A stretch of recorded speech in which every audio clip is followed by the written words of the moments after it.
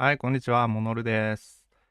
今回はですね、私がもうめちゃくちゃ好きな、もう大好きなコントローラーですね。レイザーウルヴァリン V3 Pro をレビューしていきたいと思います。はい、11月8日にですね、これの、廉価版ですね、レイザーウルヴァリン V3 トーナメントエディションっていうのが発売されてます。はい。で、プロとトーナメントエディションの違いなんですけど、公式サイトにも書いてある通りですね。本体とか中身についてはほとんど違いがないです。振動機能がちょっと違うっていうふうには言ってるんですけど、トーナメントエディションは有線接続だけしかできないですけど、結局ね、プロも有線で使ってるので、私は。そこは、ほとんどの人に関係ないかなとは思います。で、キャリングケースがついているのがプロ、キャリングケースがついていないのがトーナメントエディションということで、ほとんどね、本体、中身には差がないので、トーナメントエディションの購入を検討している方も、同じ今回のレビュー見ていただければ参考になるかなと思います。はい。で、今私これをメインにして Apex のランクを回してます。それぐらいかなり気に入ってて大好きなコントローラーなんですけど、とにかくその理由っていうのがね、めっちゃ持ちやすいんですよ。Xbox の標準のコントローラーとほとんど同じサイズのこのコントローラーですね。コンパクトでかなり持ちやすいです。ただね、重量は結構あって、ずっしりとくる感じでね、でもそれが高級感あって逆に好きだったりします。長時間プレイは辛かったりしますけどね。で、この背面ボタンが、もう正直この背面ボタンはね、もう最高ですね。かなり押し心地軽いんで最初の方誤爆しがちかなとは思うんですけど、このマイクロスイッチの背面ボタンの押し心地は最高ですね。配置ももうベストって言っていい位置に配置されてます。私普段標準ノーマル持ちで、人差し指で M と射撃を RT、LT ボタンでやっているっていうタイプの持ち方なんですけど、この背面ボタン4つと、このトップにあるね、この2つの追加ボタンですね。これ完璧ですね。もう全く親指をスティックから離さずに、操作することができます。APEX みたいなね、操作するボタン数がかなり多いゲームでもね、全くスティックから親指を移動させずに遊ぶことができるっていうね、すごくいいコントローラーだと思います。最高なんですね、この持ち心地が。もうピタッとはまる感じで。で、他のコントローラーだと、ちょっと持ち方でね、親指のなんでしょうね、第一関節、第二関節のどこを稼働させるかみたいなのはちょっと意識しながらね、持たなきゃいけなかったりするんですけど、このコントローラーはもうパッと持っただけで、特に何の意識もせずに自然と操作できるっていうね、このね、エルゴノミクスっていうんですかね、素晴らしいですね。もうそれだけでこれがメインになっているって感じですね。本当に、この持ち心地はね、すべてのコントローラーに真似してほしいぐらいの持ち心地があります。その他ですね、マイクロスイッチのボタンがかなり全部に、ここあれですね、タクトスイッチですけど、あとはここのボタンがタクトスイッチですかね。他のボタンは、ここもタクトスイッチですか。で、LT、RT がマイクロスイッチになってて、ABXY はマイクロスイッチですね。はい。で、十字キーもマイクロスイッチになってます。背面ボタンはマイクロスイッチですね。はい。トリガーストップで、アナログトリガーがマイクロスイッチボタンに変わるっていう仕様です。この辺はね、最新機種、特にフライディージュベイダー4 Pro なんかと比べても遜色ないですね。ものすごくこのエイムと射撃っていうこのボタンもめちゃくちゃ押しやすくていいです。とにかく最高なコントローラーですね。本当に。はい。で、レーザーウルヴァリン V3 Pro のスペック軽く見ていきます。まず対応機種が PC と Xbox シリーズ XS ですね。で、Xbox の公式認定コントローラーになってます。有線接続と無線ドングル接続ができるようになっていて、Bluetooth 接続がないんですね。遅延は 4.2 ミリセカンドっていうことでものすごく速いです、このコントローラー。多分最近のコントローラーの中ではトップ5に入るぐらい速いですね。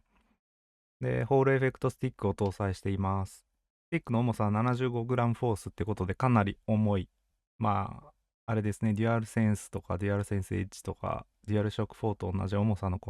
スティックですね。なんで結構重めですけど、純高の重さが結構好きっていう人にはいいかもしれないですね。無線のポーリングレートは 250Hz で遅めなので、無線はあんまり使い物にならないかなと思いますね。で、ポーリングレートは、有線のポーリングレートは 1000Hz です。本体重量 300g ってことで、かなりずっしりきます。プロの方は、現在3万5千円ぐらいで販売されていて、トーナメントエディションの方はですね、17,380円で販売されています。全然今から買うならね、トーナメントエディションでいいと思いますね。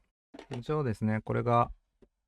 ウルヴァリン V3 Pro のちょっと画角に入りきらないんですけど、箱になります。開けるとね、スリーブの中も凝った作りになっていてですね。はい。で、これが黒にだけついてるキャリングケースになります。実質これがプロの代金って言ってもいいですよね。差額の1万8000円ぐらいがこのキャリングケース代だと思ってもいいですね。あともう一個大事なこと忘れてたんですけど、プロはスティックが交換できるようになってますね。取り外して。はい。なんで私こっち右がドームにしてるんですけど、それはトーナメントエディションではできなくて、両方ともこのへこみ型ショートのね、一般的な長さのスティックになります。フリークとかは Xbox のものが付けれるので、それをつけて使うといいですね。はい。で、これがキャリングケースの中身なんですけど、無線ドングルが、よいしょ。こういうね、レーザーなんで、しっかりレーザーカラーの USB ドングルがついてます。はい。で、替えのスティックはね、2つしかついてなくて、このドーム型のスティックと、よいしょ。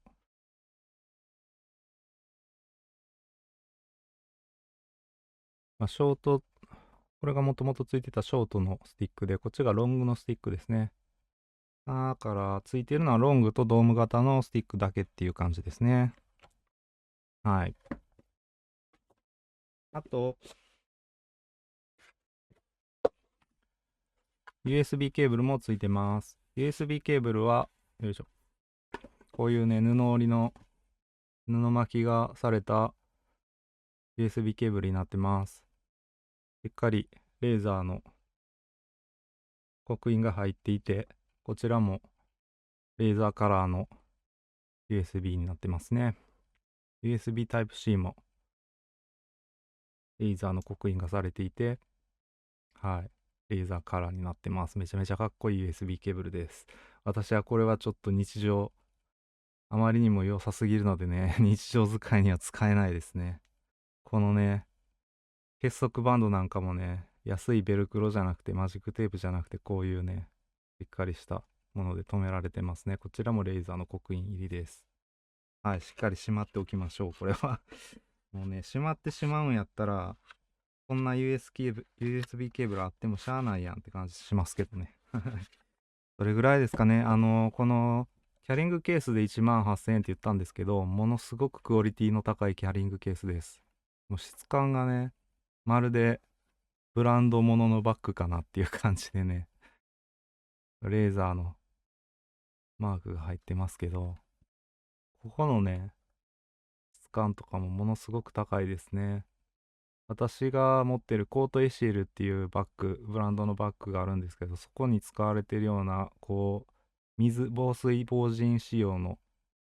ファスナーですね。こういう風に締めるとしっかりとここが閉じるっていうタイプのね、ものすごくクオリティ高いです。はい。これはね、確かにね、レイザーっていうこともあって、ここに1万8000円かかってるかなっていう気がしますよね。はい。さすがにこの商品になる、これぐらいの商品になると、付属品もしっかり紹介したくなるなっていう気持ちになりますよね。それぐらい、さすが、さすがレイザーという感じで、まなんでしょうね、所有欲が満たされるっていうんですかね。ものすごく持ってて、まあちょっといいものを使ってるなっていう感じにさせられるコントローラーです。さすがにね。まあ、この辺りのね、演出っていうんですか。演出のクオリティの高さはこのソニーのデュアルセンスエッジよりもはるかに高いですね、やっぱり。ものすごく高級感にあふれています。はい。で、本体の仮面にはこういうね、オーディオジャックもついていますが、これはちょっと私の答えだけの問題なのか、これを使ってるとたまに急にね、操作ができなくなるっていう不具合があって、あまり使ってません。ただね、使ってる限り音質すごく良くて、足音聞きやすい、ものすごく優秀な多分アンプが入ってるので、これは、まあもしそういう不具合がなければすごく使えるね、オーディオポートかなと思います。本体の手触りとかもね、この辺全体的に、背面がゴム仕様ですかね。よいしょ。背面がこういうゴムの仕様になってて、前面はプラスチックです。ただこの辺りのプラスチックの質感も何かこう、表面加工がされていて、とても手触りが良くなってます。で、ゴムじゃない部分の背面は少しスウェード調のようなザラザラした手触りになってます。かなり汚れやすくて私はちょっと好きじゃないですけどね。この辺りは、まあ、高級感出すための素材選びになってると思います。で、替えのスティックなんですけど、この特にドーム型のこのトップですね、ここはすごくね、柔らかくて、まあ、ピタッとグリップするような、すごく特徴的なスティックになってます。このスティックもめちゃくちゃクオリティ高いです。私普段は右スティックもこのへこみ型で使うことが多いんですけど、このコントローラーに関してはドーム型で使ってます。ややスティックが重いっていうこともあって、高さを増すっていう意味と、まあ、ドーム型の方が素早くね、操作はできますのでね、75g フォースっていうことでちょっと重いんで、ドーム型で使ってます。はい。そうですね。このぐらいですかね。まあ、とにかくね、そういう持ち心地とか高級感、演出、すべてにおいてすごくクオリティが高い製品です。ただ、ただですよ。私はこの製品をトーナメントエディションも含めて基本的に皆さんにおすすめしません。はい。絶対におすすめしません。はい。その理由っていうのをちょっとこれから見ていきたいと思います。はい。これが、レーザーのですね、設定ソフトウェアになります。レーザーコントローラーセットアップ 4Xbox っていうソフトウェアで、マイクロソフトストアの方でね、インストールすることができます。まずね、これで一旦やっていただきたいのはファームウェアのアップデートになります。これ接続した時点でもしファームウェアアップデートがあったら自動的に、ファームウェアのアップデートの案内が行われてアップデートすることができます。アップデートしたらですね、はい、まずはデッドゾーン0にしたいなと思います。親指スティックの設定から二重デッドゾーンの防止っていうのは基本的に無効でいいと思います。はい、サーキュラリティモードは私は標準に設定してます。これは好みでどっちでもいいかなと思いますね。左右のスティックそれぞれでサーキュラリティモード、これ、区形アルゴリズムとか言ったりしますけど、これ、設定することができません。こういうところもね、まあ、マイナスポイントなんですけど、デッドゾーンですね、まずは。これを0に設定してください。まあ、いろいろね、英語でこういう注意書きが最近されるようになったんですけど、まあ、基本0でいいと思いますね。で、これを設定したら、どのぐらいドリフトしてるかをちょっと確認したいところですね。はい。私の答えだとちょっと右スティックは右にドリフトしていて、左スティックも右にちょっとだけドリフトしてるかなっていう感じですね。はい。でもまあ、かなり少ないんで、ドリフト量が。まあ、許容範囲かなっていう感じですね。で、なんとこのレーザーウルヴァリン V3 Pro ですね、トーナメントエディションもそうなんですけど、ハイキャリブレーションという機能がありません。一応ね、トーナメントエディションに関しては非公式なやり方があるので、そちらを使えなくはないんですけど、それをしたら動作しなくなったとかいう報告もあるので、自己責任でやるようにしてください。一応ね、トーナメントエディションの再キャリブレーションのやり方については概要欄にも貼っておきたいと思います。まあそういうわけで再キャリブレーションができないということはドリフトしている個体に当たってしまうともうそれでアウトっていうことでね、まあ、私これ実は一回すごいひどいドリフトの個体に当たったので、交換してもらってます。はい。2代目なんですね、これ。なんで、まあ2代目でも若干ね、3%ぐらいのドリフトっていうんでね、まあ気にはなるんですけど、だいぶマシなんで、これを使ってますね、このまま。さすがに何回もね、交換していただくわけにもいかないですからね。はい。それで、まあそういうね、まあ、最近の1万円台のコントローラーって、だいたいね、再キャリブレーションできます。なんなら5000円ぐらいのコントローラーでも再キャリブレーションできます。ね、そういうね、ところが本当にね、もう残念ですね。全くね、そういうことができないっていうのはちょっとね、どうかなって思いますよね。はい。あと振動の強さをこう切り替えることができたりします。基本的にこのコントローラーの振動ってちょっと弱く感じるので、まあ私は最大とかでいいかなと思ってます。まあ必要ない方はもう完全にゼロにしてオフにしちゃうのがいいですね。はい。ボタン割り当てはそれぞれ、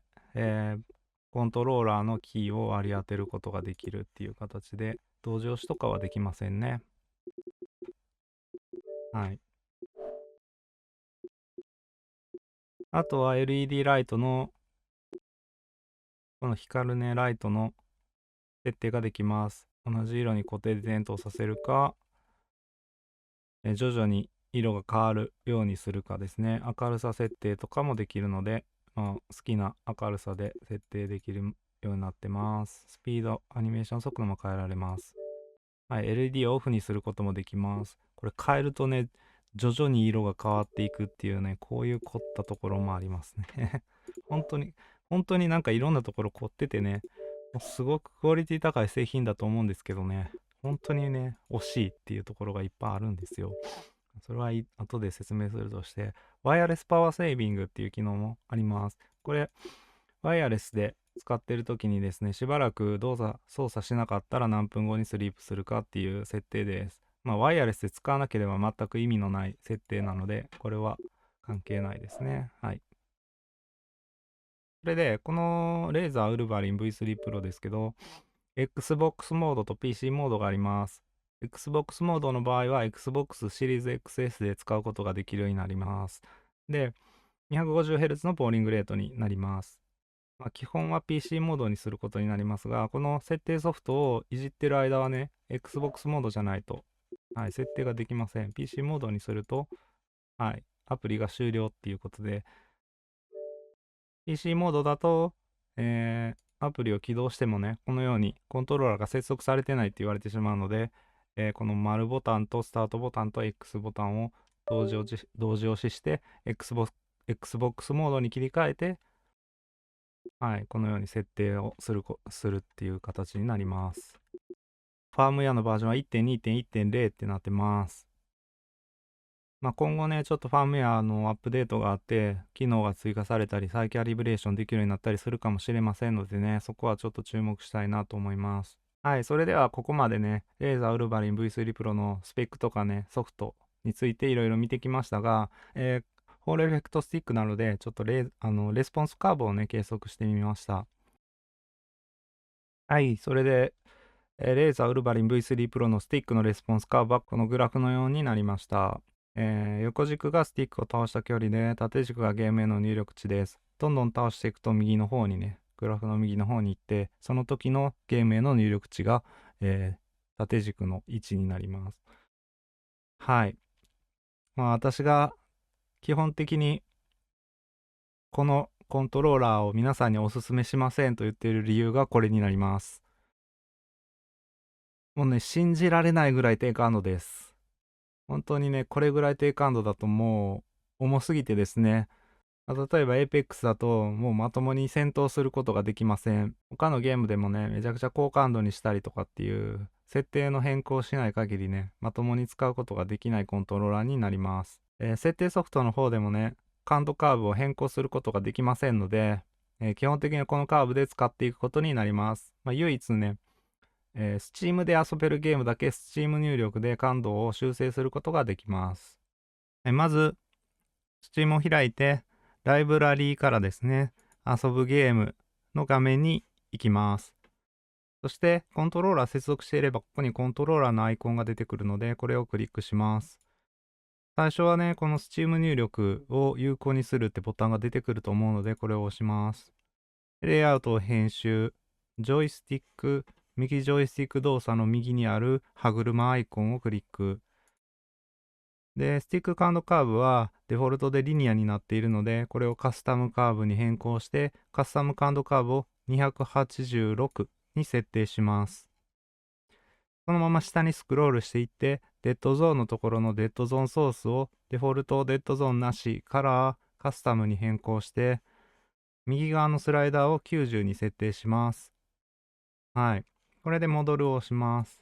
はい、次、左ジョイスティック動作の方も同じように設定を286の90って入れてください。はい、モドルをしていって戻っていけば、これで、リニア感度への修正が完了します。はい、このように Steam 入力の方の設定を変えることでですね、スティックのレスポンスカーブはこの青色の線のようにですね、完全にリニアに変更することができます。まあ、Steam で遊べるゲーム限定になるんですけど、Steam で遊べるゲームであれば、レーザーウルヴァリン V3 Pro でもね、リニアな感度で、遊ぶことができます。なので私は基本的に Steam 版 Apex で使ってます。はい、そしたらですね、まずデフォルト感度の方で、デッドゾーンだけゼロにした状態で、射撃訓練場を打っていきたいと思います。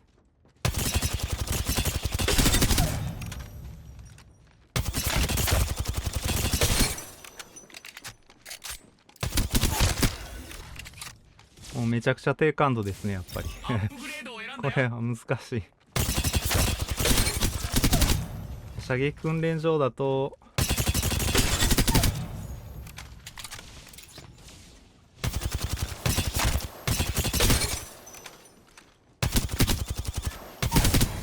だいぶ私も慣れてきてるのでね、このコントローラーに。なんとか当ててはいけますけど、もうね、これ実戦でやると、もうね、親指が疲れて仕方がないです。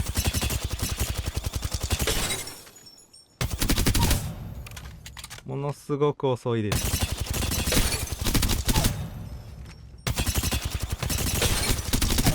まあね、Apex はエイムアシストあるのでね、かなり強めに。エイムアシストで追っていけるので、その分ちょっとこ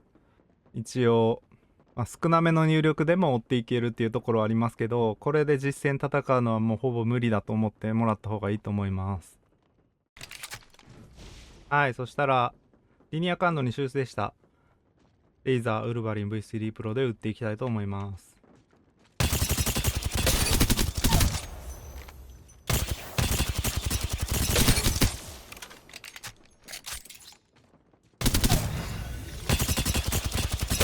レベルということはつまり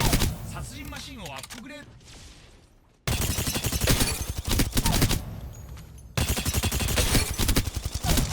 はい、圧倒的に当てやすくなりました。やっぱりなんかこう、エイムアシストの引っかかり方っていうのが弱いような気がして、リニアカードに修正しても Apex で使うにはやや戦闘力が低いような気がするっていう、そういうスティックになってますね。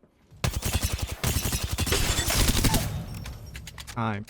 こんな感じですね。なんで、まあ、私が、あんまり皆さんにおすすめするコントローラーじゃないよっていうのは、やっぱりこの、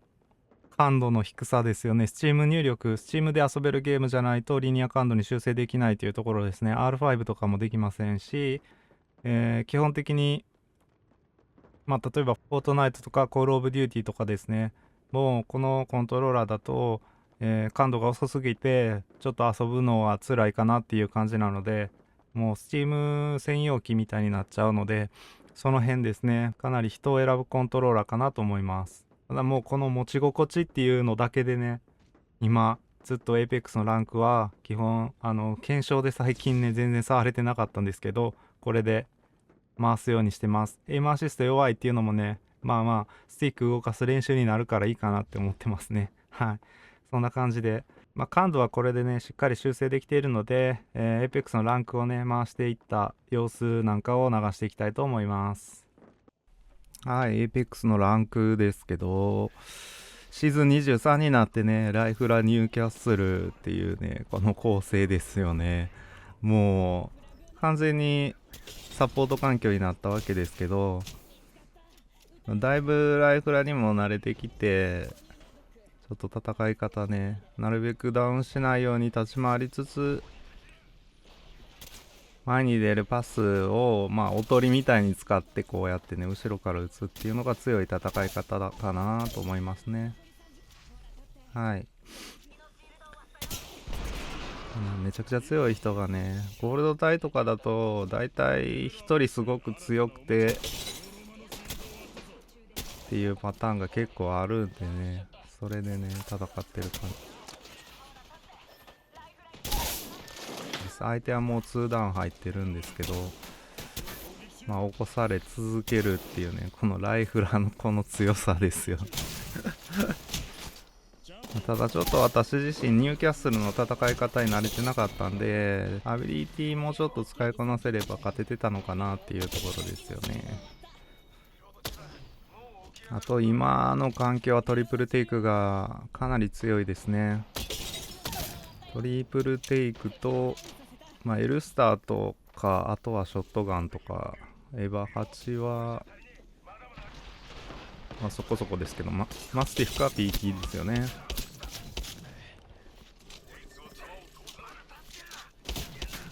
はい、この戦闘はですね、相手ワンダウンうまく取れたんですけど、起こされて、こちらワンダウン取られてっていう状況ですね。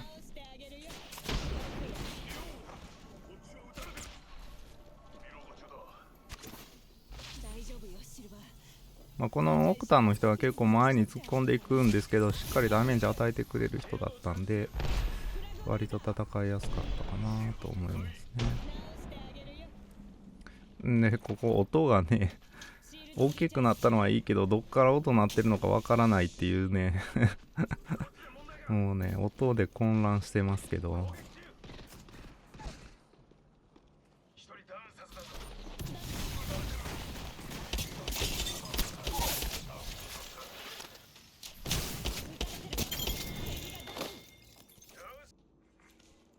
はい、続いて先ほどの戦闘と同じランクのマッチですね。トリプルテイク強いんですけど、ライフラーの難しいところっていうのは前にこうやって突っ込んでいった時ですね、味方が。やっぱりパスファインダーと違って詰めが遅いので、こうやってね、ダウン取られた後の処理がむずいですよね。ただここはジブの人がうまいことね、ウルト焚いてくれたんで、敵をね、屋内に追いやることができて、立て直しに成功します。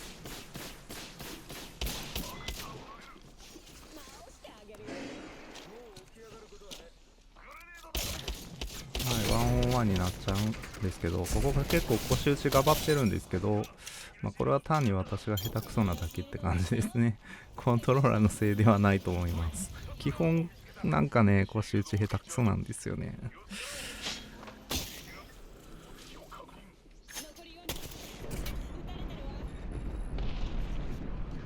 はい、これも先ほどのマッチですね。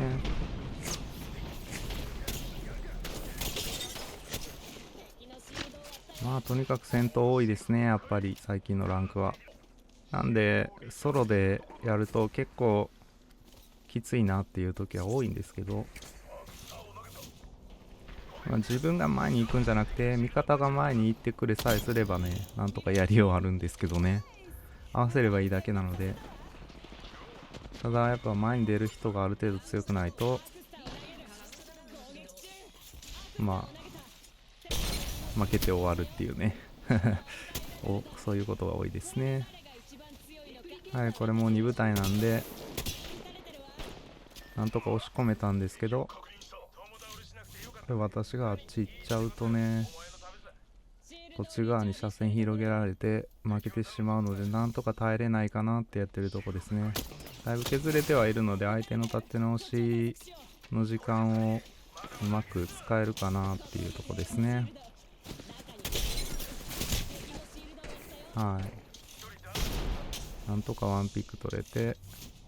いや、このウルト強いですね、本当に。あっという間に回復できちゃいます。はい、これでチャンピオンが取れました。この2人多分デュオなんですけど、とてもやりやすかったですね。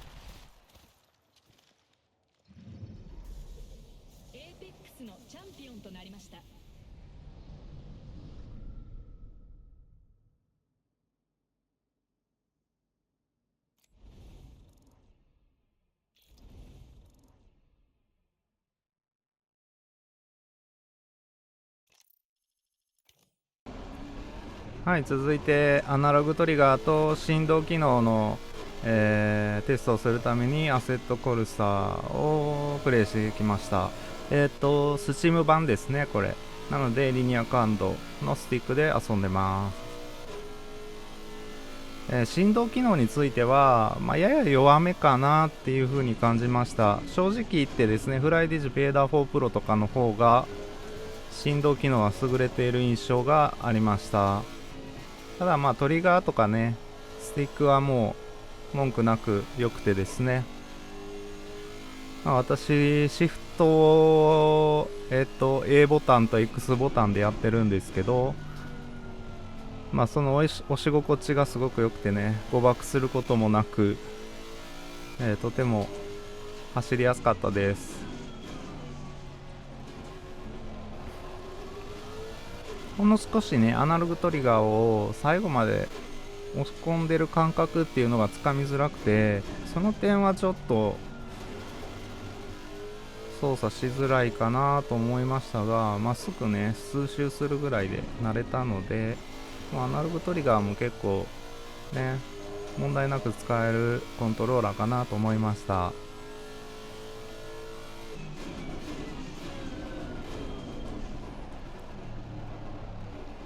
今のところね、この日産かな、これ日産か違うレクサスかなとかでね出せる、日本車で出せるタイムとしてはベストタイムが出たので、しっかりねタイムも出せるコントローラーかなと思います。